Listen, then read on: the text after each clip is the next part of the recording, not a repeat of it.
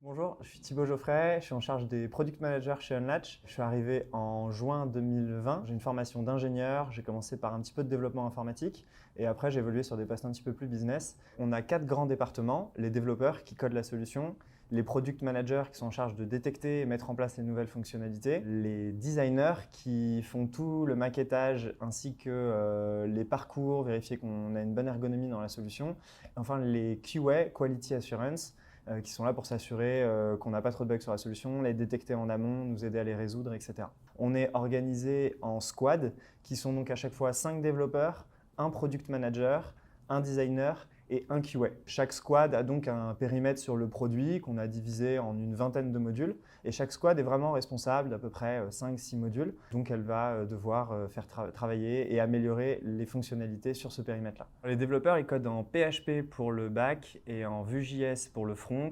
Et c'est un métier qui demande beaucoup de concentration, donc on s'arrange pour que les développeurs aient quand même des plages d'horaires dans la semaine où ils peuvent se concentrer et bien avancer sur leur sujet. On s'assure également de maintenir une base de code assez saine en établissant des bonnes pratiques, pareil, qui sont toujours établies, bonne intelligence entre les développeurs. Et puis on les implique aussi dans les phases de conception en amont pour s'assurer de la faisabilité technique des différentes fonctionnalités qu'on voudrait développer. Quand on recrute un product manager, on va chercher un profil assez entrepreneurial et pas mal de polyvalence parce que en définissant les améliorations, en fait, on est impliqué dans beaucoup d'étapes du suivi de sa mise en place, dès la priorisation business avec les équipes commerciales pour comprendre comment évoluent aussi nos concurrents et savoir quelles sont vraiment les fonctionnalités à développer en priorité. Ensuite, une phase de définition approfondie du besoin directement avec les clients ou les utilisateurs finaux. Ensuite, une phase de maquettage et de conception des parcours avec l'équipe design, les développeurs pour s'assurer des contraintes techniques.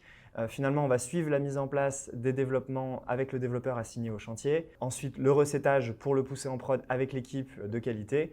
Et finalement, le suivi de la mise en production et l'utilisation par les clients, récolter les premiers feedbacks et faire les petits ajustements qui vont permettre une vraie adoption forte de la solution. Pour être fort sur toutes ces parties-là, il faut être assez polyvalent, mais c'est aussi ce qui fait que le métier est passionnant parce que chaque journée est différente.